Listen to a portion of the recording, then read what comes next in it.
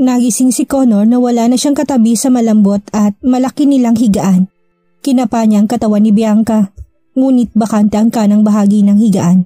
Minulat niya mga mata sa kalahati at dito na niya nakumpirma na wala nga sa tabi niya si Bianca. "Babe! Babe!" Tawag niya rito. Iniisip na baka nasa banyo lang ito. Hindi muna siya bumangon at naghintay saglit. Nangiti si Connor nang makita niya nagkalat sa sahig ang mga damit niya. Lasing na lasing siya at walang maalala sa nangyari kagabi, pero base nga sa mga nagkalat niyang damit, meaning na may nangyari sa kanila kagabi. Kahit hilo-hilo pa ay dali-dali siyang bumangon at pinuntahan si Bianca sa banyo. Connor was surprised dahil wala pala talaga siyang hinihintay na lumabas dahil wala naman pala si Bianca sa banyo. Naiiling si Connor habang nagsusuot ng damit.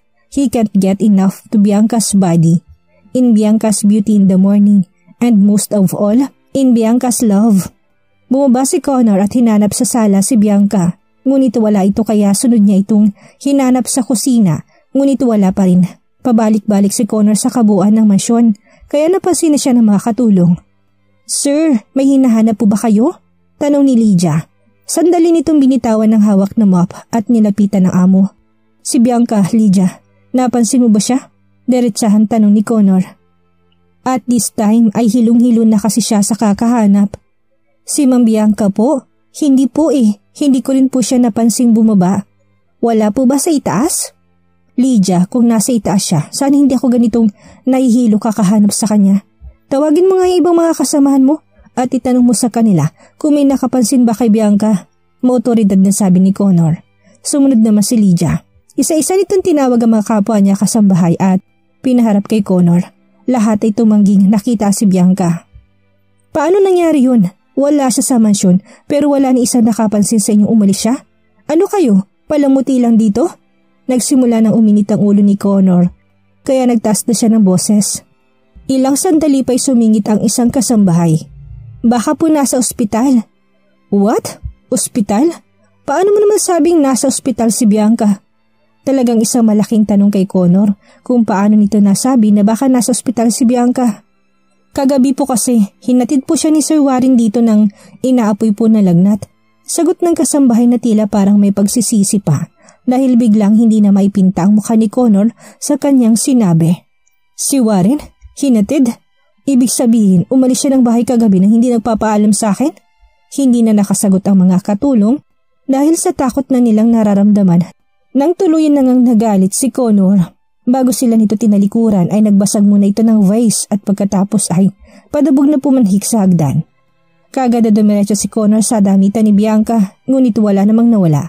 Walang nagbago sa damitan ni Bianca, kaya naman hindi pumasok sa isipan ni Connor na lumayas to. Ang ginawa ni Connor ay kinuha niya ang susi ng kotse at muling bumaba. Ayaw man niyang pag-isipan ng masama ang dalawa, pero may kutob siya na may something ng mga ito dahil lately ay nadadalas ng paghahatid ni Warren sa kanyang asawa. Alam niya hindi magagawa ni Bianca ang magloko, pero itong si Warren, alam niya na matindi ang pagkagusto nito kay Bianca. Mabilis na pinaharurot ni Connor ang kanyang sasakyan. Sa bahay ni Warren siya pupunta at plano na talaga niyang sirain ang pagkakaibigan nila dahil sa matinding selos na kanyang nararamdaman. Pagdating niya roon ay pinasok naman siya ng guard dahil kilala siya nito. Nadatnan ni Connor na naliligo si Warren sa pool, kaya pinuntahan niya to. "Warren!" sigaw niya. Hindi naman siya narinig ni Warren dahil abala ito sa paglangoy. Nabulaga na lang si Warren nang tumalon si Connor sa pool at saka pinagsusuntok si Warren sa muka. Hindi agad nakahuma si Warren dahil nabigla ito sa pangyayari. Nakaapat o 5 sunod-sunod na suntok si Connor bago nakaganti si Warren. "Ano problema mo?" Hindi maintindihan ni Warren kung bakit galit na galit sa kanya si Connor ngayon. As far as he remember, ay wala siyang ginawang masama. Nasaktan si Warren kaya gumanti rin siya ng suntok. "Ikaw ang problema ko. Anong klaseng pakiusap o bantabang kailangan ko sabihin sa'yo bago mo lubayan ang asawa ko?" Hindi humuhupa ang galit ni Connor, hindi birong mga suntok na pinakawalan niya. Talagang pinupuruhan niya si Warren. Sa pagkakataong ito, dito lang nagets ni Warren kung ano ang pinanggagalingan ni Connor. Alam ni Warren na buhat na pumasok si Bianca sa buhay ni Connor, ay naging allergic na si Connor sa kanya. "Ano sinasabi mo dyan?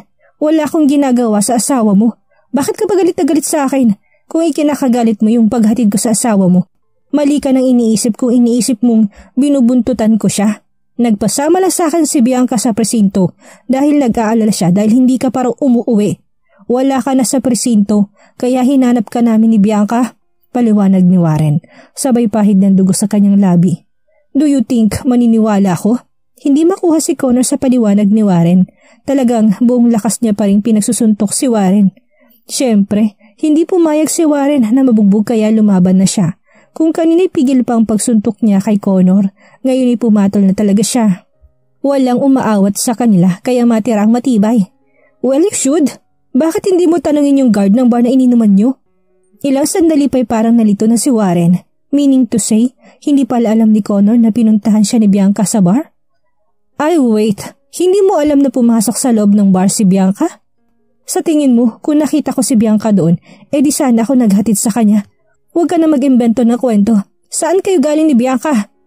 Paano maniniwala si Connor kay Warren? Wala naman talaga siya nakitang Bianca. Oo, lasing siya, pero naalala niya pa rin ang mga nangyari kagabi. Silang dalawa lamang ni Wilbert ang magkainuman. Ang kulit mo pala. Hinatid ko nga si Bianca sa bar na iniinuman niyo. Lumbas siya na umiiyak na kaya sinundan ko siya. Hinimatay si Bianca sa gitna ng ulanan, kaya hinatid ko siya sa inyo. Ang tanong ko, anong naging pag-uusap niyo? At bakit lumabas ng umiiyak si Bianca? Ito yung tanong na pumuyat kay Warren. Bakit nga ba umiiyak si Bianca kagabi kung sa mga sinasabi ni Connor ngayon ay hindi niya nakita si Bianca sa bar? Meaning hindi sila nagkausap. You know Warren, ilabas mo na lang si Bianca. Hindi ko alam kung ano sinasabi mo. Kalokohan ng mga sinasabi ni Warren para kay Connor. Umiiyak? Bakit naman iiyak si Bianca? Ano? Bakit dito mo sa akin hinahanap? May sakit si Bianca, tinatid ko nga siya sa inyo. Huwag mo sabihin sa akin nawawala si Bianca at iniisip mo nandito siya sa akin. Anong ginawa mo sa kanya para lumaya siya? Did you hurt her? Sobra-sobra na naging sakitan ng dalawa to the point na puro pasa ng kanilang mukha. Walang pag-amin na naganap mula kay Warren at nananatiling mainit ang dugo ni Connor sa kanya. Hindi ko siya kayang saktan. I did nothing to her o say nothing. Dito na napahagalpak ng tawa si Warren. Matinong tao si Warren kaya agad niyang nagets kung ano ba talagang nangyari kagabi. Huwag mong ibintang sa ibang kasalanan mo. Umalis ka na to, wala ka mapapala sa akin. Wala dito si Bianca. Sa katapusan ng kanilang pag-uusap, si Connor pa rin ang umuwing talunan. Umuwi siya na gulong-gulo ang isipan. Kanina ayaw niya maniwala sa mga sinasabi ni Warren, pero ngayon ay parang gusto na niyang maniwala. Kagabi kasi may mga sinabi siya kay Wilbert na tungkol kay Dorothy at kay Bianca. Hindi kaya narinig ni Bianca mga nasabi ko kagabi? No, malabo. Kung nandun si Bianca at nakikinig, I'm sure nasa malapit lang siya. At for sure, makikita siya ni Wilbert at pipigilan ako. Hindi naman eh. Para maniwalan, agad na pinandar ni Connor ang sasakyan at pumunta sa opisina ni Wilbert upang tanungin ito. Hindi na naisip ni Connor ng palit ng damit. Pumasok siya sa opisina nito na basa pang mga damit. Wilbert, napansin mo ba si Bianca kagabi? Sa bar? May nakapagsabi kasi sa akin na nandun daw siya. Diretsahan tanong ni Connor sa abalang si Wilbert. Sandaling tinigil ni Wilbert ang kanyang ginagawa at hinarap ang kaibigan at seryoso nitong sinagot ang tanong. Wala, hindi ko napansin. Bakit? Nag-away ba kayo?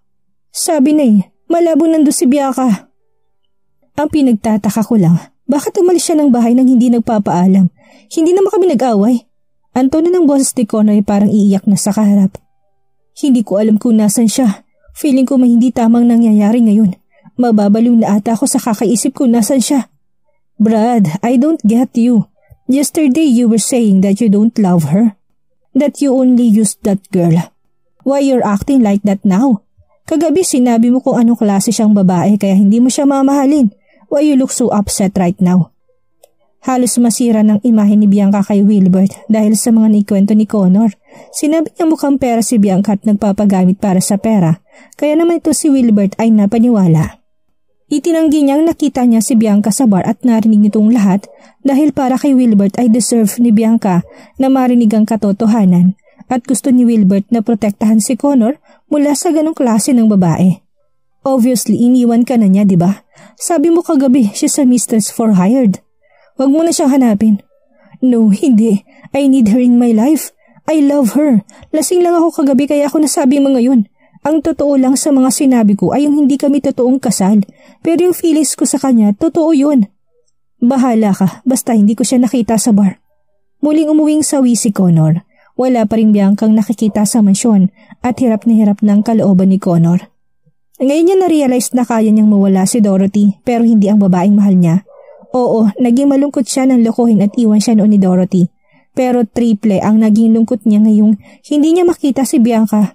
Hindi dalawin na antok si Connor dahil hindi siya sanay na wala si Bianca sa tabi niya. Para makatulog ay alak ang naging sandigan niya. Abot-abot ang kanyang pag-aalala. Wala pang 24 oras na nawawala si Bianca. Kaya bukas pa siya pwedeng mag-report sa mga pulis. Nasaan ka na, Bianca ko? Buong gabi umaasa ko na darating si Bianca ng ligtas at may maganda siyang rason para ipaliwanag sa akin ang kanyang pagkawala. Para akong hindi makahinga sa kakaisip kung nasaan ba talaga siya. Kung hindi pa nahilam na antok ang aking mga mata, ay hindi ko pa talaga ipipikit ang aking mga mata. Nagdasal na lamang ako na sana, bukas pagising ko'y naririto na siya. But then, hindi yun nangyari. Wala pa rin si Bianca kaya malata akong sinumula ng araw ko. I skip my breakfast. Wala akong ganang kumain. Nakatingin lang ako sa gate. Bakit wala ka pa? Malungkot kong sabi sa kawalan. Paano naman ako mapapalagay sa kinuupuan ko? Nawawalang asawa ko at hindi ko alam kung nasaan na siya. Paano na lang kung may nangyaring masama sa kanya? Hindi ko na naantay na mag-eksaktong 24 oras siyang nawawala. Kaagad ako naligot nagbihis at pumunta ng presinto upang i-report ang pagkawala niya. Hindi ko kaya magpapetiks lang dito. Ang sinasabi niyo po'y nawawalang asawa niyo? Pero sabay pa kayo natulog na kagabi? Hindi ka mo kayo nag-away o ano? Basta gumising na lang kayo na wala na siya? Did you already check the CCTV? Tanong ng pulis na nakatalaga sa istasyon. Hindi pa po. Napaisip ako at naalala na oo nga pala. Hindi ko na-check yung CCTV. Doon lang yung masasagot ng tanong ko. I-check mo muna. Parang may mali dito eh. Wait po, tatawag lang ako sa bahay. Tumawag ako sa mansyon at inutusang i-rewind ang CCTV at isend sa akin kung nakita ang pag-alis ni Bianca. We waited for 2 hours bago na-isend ang hinihingi ng mga pulis. Halos sabay lang naming pinapanood ang nasabing kopya ng CCTV dito ko na nakitang umalis nga si Bianca ng mansyon bandang mga 3:00 ng madaling araw. Bit-bit niya ang isang backpack at sarili niya lang. Mukhang lumayas ang misis niyo. Tinapat niya ng tulog ang mga tao sa inyo sa pag-alis niya. Sigurado ho ba kayong wala kayong problema? At this moment, hindi ko maiproseso sa utak ko kung bakit umalis si Bianca. Hindi ko matanggap yung term ng pulis na lumayas dahil wala ko makitang dahilan para gawin niya yun. As far as I remember, okay kamit palagi kaming okay. Hindi kami nagtalo o ano. Hindi po ako naniniwalang lumayas siya. Nakahanda po ako magbayad ng kahit na magkano basta tulungan niyo po akong hanapin siya. Well, sige. Hahanapin pa rin namin siya kung yan ang gusto mo. Pero kung totoong lumayas ng asawa mo, mahirap hanapin ang nagtatago. Tandaan mo yan. Hindi ko nagustuhan ang sinasabi ng matabang pulis na kausap ko, kaya hindi ko na napigilan ang inis ko't mabilis ko siyang kinwelyuhan. Sinabing hindi siya lumayas, nawawala siya at kailangan yung gawin ng trabaho niyo. Go ahead and find her, or else I will use my connection to fire you.